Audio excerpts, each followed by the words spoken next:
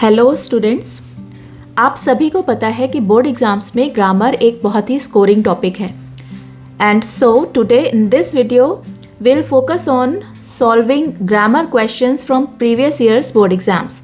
आज के वीडियो में मैंने ईयर 2023 के सारे सेट्स के ग्रामर क्वेश्चंस को लिया है, जिसको हम स्टेप बाय स्टेप सॉल्व करेंगे और डिस्कस करते जाएंगे। So without any further ado let's get started. तो आज का हमारा पहला सेट है 817DH और इसमें जो क्वेश्चंस पूछे गए थे वो है question number 1, change the following sentence into indirect speech. और सेंटेंस है he said I shall do my best tomorrow. तो किसी भी डायरेक्ट स्पीच के सेंटेंस को इनडायरेक्ट स्पीच में चेंज करने के लिए किन किन चीज़ों में चेंजेस किए जाते हैं? रिपोर्टिंग वर्ब, उसके बाद कॉमा, इन्वर्टेड कॉमा को रिमूव कर दिया जाता है, उसकी जगह कंजंक्शन यूज़ किया जाता है, प्रोनाउंस में चेंज होते हैं, टेंस में चेंज होता है और कुछ टाइम और लोकेशन बताने वाले एक्सप्रेशंस जैसे यहाँ पर यूज़ किया गया है टुमारो, इसमें चेंज हो जाएगा। तो ये सेंटेंस इनडायरेक्ट स्पीच में बनेगा he said that he would do his best the next day. तो इस सेंटेंस को इनडायरेक्ट में चेंज करने के लिए हमने क्या क्या चेंजेस किए हैं? कॉमा, इन्वर्टेड कॉमा को हटाकर उसकी जगह कंजंक्शन दैट को यूज़ किया गया है। आई और माई प्रोनाउंस की जगह ही और हिज को यूज़ किया गया है। आई फर्स्ट पर्सन प्रोनाउन है तो रिपोर्टिंग वर्ब के सब्जेक्ट के अकॉर्डिंग चेंज होता है।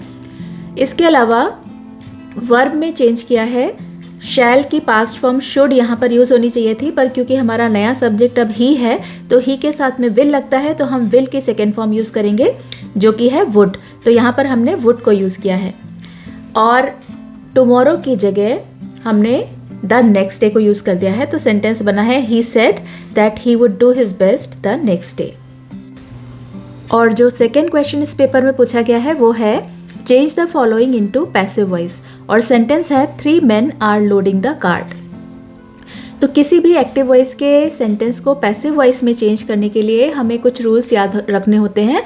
उसमें सबसे पहला रूल है कि आपको सबसे पहले सब्जेक्ट, वर्ब और ऑब्जेक्ट को आइडेंटिफाई करना होगा। तो यहाँ इस सेंटेंस में सब्जेक्ट है 3 men, वर्ब है आर लोडिंग और ऑब्जेक्ट है द कार्ट। उसके बाद ऑब्जेक्ट को सब्जेक्ट बना दिया जाता है। ऑब्जेक्ट हमारा है द कार्ट, उसको हम सब्जेक्ट बना देंगे। उसको सब्जेक्ट बनाने के बाद वर्ब की फॉर्म चेंज की जाती है। वर्ब की फॉर्म में वर्ब टू बी की करेक्ट फॉर्म लगाई जाती है और उसके बाद जो मेन वर्ब होती है उसकी थर्ड फॉर्म को यूज़ किया जाता है। तो यहाँ पर जो वर्ब है वो प्रेजेंट कंटिन्यूअस टेंस की है, आर लोडिंग। तो यहाँ पर अब हमारा नया सब्जेक्ट हो जाएगा द कार्ट, तो उसके साथ में हम वर्ब टू बी की जो करेक्ट फॉर्म होगी वो यूज़ करेंगे इज़। और उसके बाद क्योंकि ये कंटिन्यूअस टेंस है तो कंटिन्यूअस टेंस के पैसिव वॉइस में हम बीइंग को यूज़ करते हैं, BEING बीइंग। और उसके बाद मेन वर्ब जो है लोड, लोड की थर्ड फॉर्म यूज़ की जाएगी, लोडेड। और आखिरी में ओरिजिनल जो सब्जेक्ट होता है उसको बाय लगा करके लिख दिया जाता है। तो पैसिव वॉइस में ये सेंटेंस बनेगा the cart is being loaded by 3 men। Next जो क्वेश्चन है वो है punctuate the following using capital letters wherever necessary. यहाँ एक सेंटेंस लिखा हुआ है, इसमें आपको सही पंक्चुएशन मार्क्स को यूज़ करना है और सही जगह पर कैपिटल लेटर्स को यूज़ करना है। तो पंक्चुएशन का क्वेश्चन सॉल्व करते समय आपको कुछ रूल्स याद रखने होते हैं, जिनमें सबसे पहला रूल है कि सेंटेंस हमेशा कैपिटल लेटर से स्टार्ट होता है। तो यहाँ पर आप देख सकते हैं कि ही का H स्मॉल बना हुआ है जिसको हमें कैपिटल लेटर में लिखना होगा। उसके बाद आप देख सकते हैं कि सेड जो है वो रिपोर्टिंग वर्ब है, उसके बाद एक सेंटेंस लिखा हुआ है, यानी ये जो सेंटेंस है वो डायरेक्ट स्पीच का है। और डायरेक्ट स्पीच के लिए हमें रिपोर्टिंग वर्ब या रिपोर्टिंग वर्ब के बाद अगर कोई ऑब्जेक्ट लिखा हुआ है तो उसके बाद कॉमा लगा करके रिपोर्टेड स्पीच को इन्वर्टेड कॉमास के अंदर लिखना होता है। और कोटेशन के अंदर यानी इन्वर्टेड कॉमास के अंदर जो सेंटेंस लिखा होता है उसका पहला जो वर्ड होता है उस वर्ड का पहला अक्षर भी कैपिटल बनाया जाता है।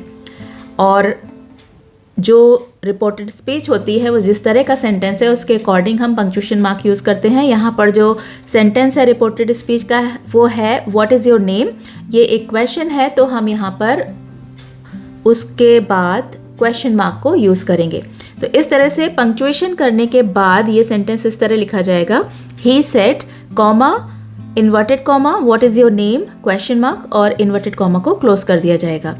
तो यहाँ सेंटेंस का पहला अक्षर हमने कैपिटल लिखा है, सेड रिपोर्टिंग वर्ब है, उसके बाद हमने कॉमा लगाया है और आगे की जो रिपोर्टेड स्पीच है यानी आगे का जो सेंटेंस है उसको हमने इन्वर्टेड कॉमास के अंदर लिखा है। और क्योंकि ये सेंटेंस एक क्वेश्चन है, एक इंटेरोगेटिव सेंटेंस है, तो हमने लास्ट में क्वेश्चन मार्क लगाया है और इस सेंटेंस का भी पहला अक्षर कैपिटल बनाया गया है।